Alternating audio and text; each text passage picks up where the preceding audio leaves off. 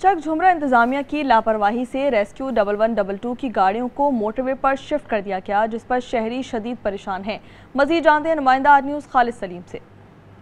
जी बिल्कुल, इस वक्त हम मौजूद हैं रेस्क्यू 1122 के दफ्तर चक झुमरा में, जहां पर कुछ अर्सा पहले 3 एम्बुलेंस मौजूद थी जो कि चक झुमरा के शहरियों में एमरजेंसी सहूलियात मुहैया कर रही थी, जिनमें से 2 एम्बुलेंस को इंतजामिया ने मोटरवे पर शिफ्ट कर दिया, जिनमें से एक डिप्टी वाला इंटरचेंज पर और एक साइया वाला इंटरचेंज पर शिफ्ट की गई। अब पीछे एक एम्बुलेंस रहती है जो कि चक झुमरा की शहरी आबादी के लिए नाकाफ़ी है। जब मेरी बात शहरियों से हुई तो उनका यही कहना था कि इंतज़ामिया को चाहिए कि ये रेस्क्यू 1122 के दफ्तर में और एम्बुलेंस मुहैया की जाए ताकि चक झुमरा के शहरियों को मेडिकल एमरजेंसी में सहूलियत दी जा सके।